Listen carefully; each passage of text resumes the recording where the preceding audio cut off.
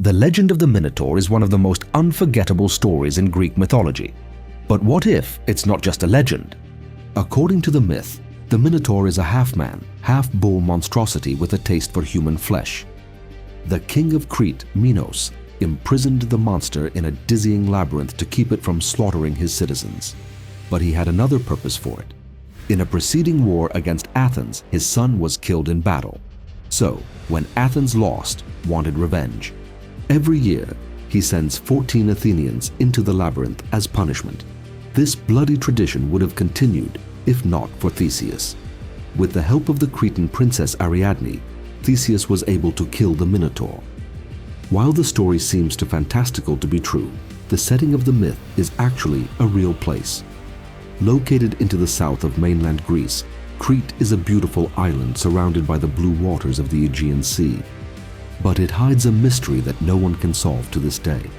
Because Crete is also home to one of the strangest civilizations in Europe, the Minoans. Emerging about 4,000 years ago, the Minoan civilization is considered one of the most highly developed. In fact, there was a word the ancient Greeks used to refer to their type of government, thalassocracy, or a state whose power depended on the sea.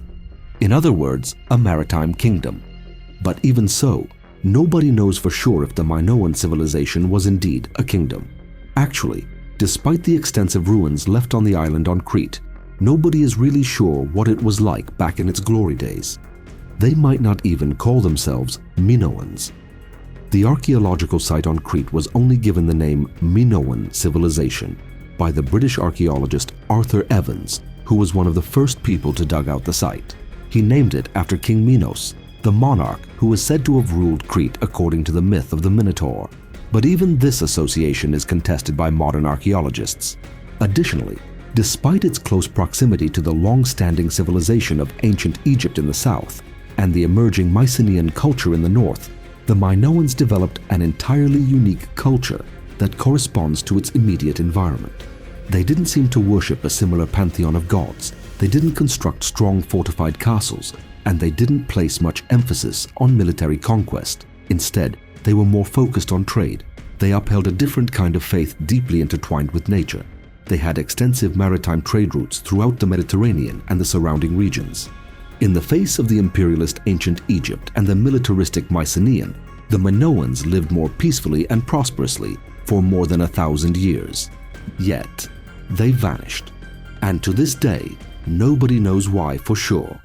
But the mysteries left in their wake continue to puzzle archaeologists and historians alike. In the outskirts of the island's capital, Heraklion, lies a massive sprawling ruins that used to be a palatial complex. Called the Palace of Knossos, this labyrinthine structure was built around 2000 BC, making it one of the oldest palaces in the world. Roughly 150,000 to 250,000 square feet in size, the Palace of Knossos is almost as large as 2 to 5 football fields if you include its surrounding areas. Because of its complex layout, the centuries of destruction, rebuilding, and renovation, as well as the problematic reconstruction made by Arthur Evans in the early 1900s, nobody knows exactly how large the palace is. It was estimated that the palace contains over 1,300 rooms. The Palace of Knossos is probably one of the most mysterious things about the Minoan civilization. Aside from its sheer size, its complexity is also impressive. The castle interiors are so confusing that it can be compared to labyrinth. In fact, it was even suggested that the dizzying layout of Palace was the inspiration for Minotaur's labyrinth. In the myth, King Minos ordered the genius inventor Daedalus to build a labyrinth so complex that it's impossible to get out of it. But even after placing the Minotaur within the labyrinth, Minos realized that Daedalus might divulge the knowledge outside. Fearing that, he imprisoned Daedalus and his son Icarus inside a high tower. Being a genius inventor, Daedalus was able to escape with his son by inventing a pair of wings. But, as we all know, that story ended tragically, with Icarus dying when he flew too close to the sun.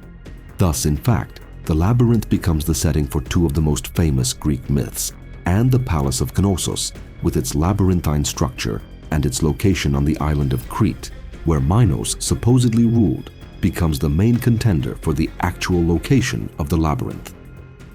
Another interesting feature is that the Minoans also developed a completely different writing system. Known as the Linear A and Linear B scripts, these mysterious writing systems were found on the remaining written records found in the ruins. These two are distinct scripts as well. One was only deciphered in the 1950s, while the other remains a total mystery to this day. Linear B was actually Mycenaean Greek in origin. It was also the earliest known form of the Greek language. Around 1400 BC to 1200 BC, the Mycenaeans migrated southwards and settled on Crete. Whether there was a forceful invasion or they simply integrated with the natives is up for debate. Linear B was deciphered by American classicist Alice Kober, which helped in understanding the late Minoan era. But even Linear B was only adapted from the earlier Linear A. Linear A was more ancient and was devised by the native Cretans themselves. However, nobody can figure out how to decipher them. Not only that, but Kober also believes the language in Linear A might be entirely different from that of the Linear B.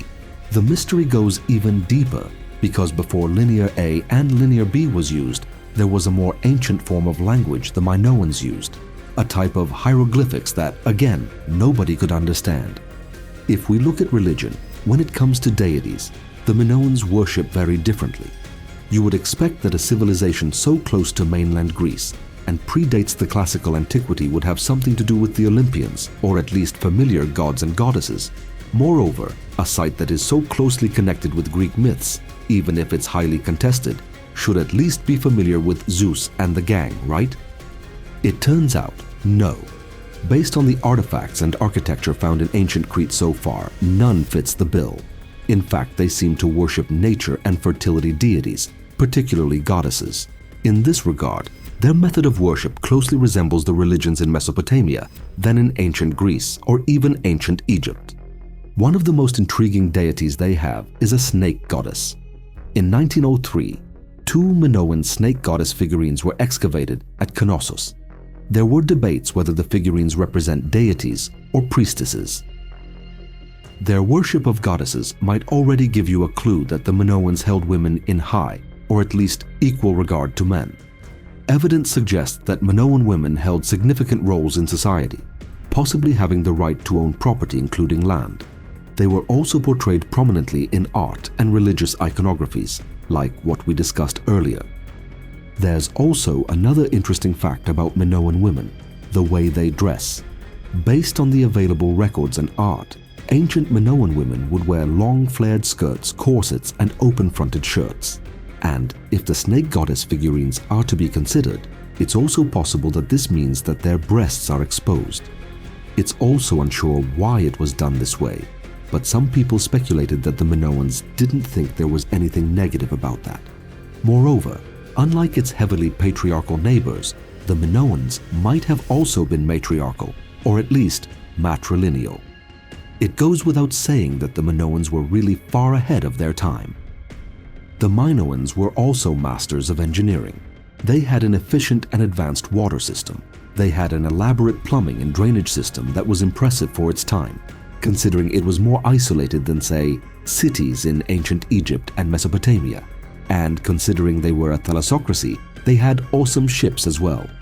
Based on the Minoan ruins, especially the Palace of Knossos, they also had an advanced grasp of engineering, able to build multi-storied and complex buildings. Suffice to say, their engineering skills were unmatched in the Aegean. Because of the relatively small number of historical records left in the ancient ruins of the Minoan civilization, we almost had no concrete detail as to how they go about their daily lives. However, it's likely they had a prosperous life that revolved around trade, agriculture, and religious activities.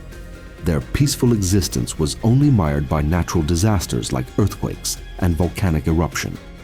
While most scholars agree they suffered an invasion towards the end of the first millennium BC, which ultimately led to their downfall, the Minoans lived in relative peace and prosperity for over 1,000 years, which is unique in the ancient world, especially one that was actively participating in trade all across the sea.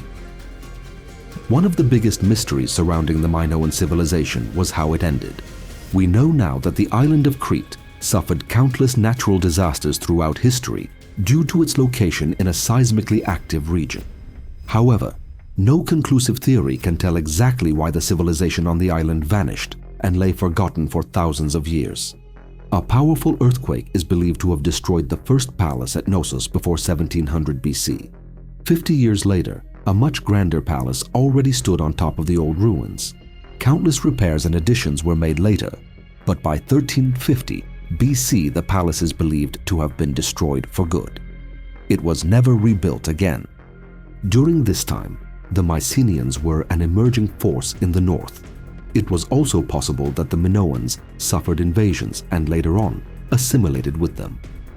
Apart from the myths of the Minotaur and Daedalus's escape, numerous locations in the island of Crete were featured heavily in Greek mythology. Mount Ida, or Mount Dicte, in some versions, is the birthplace of Zeus. It was also the island where he brought Europa, and from their union, the would-be kings of Crete were born, including Minos.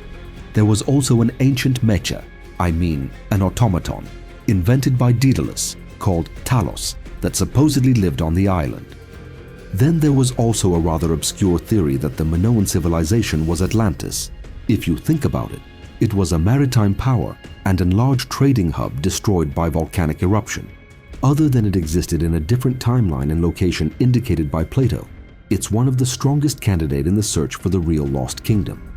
As a location, the island of Crete sits on a category that blurs reality from mythology, making it one of the most interesting places in the world.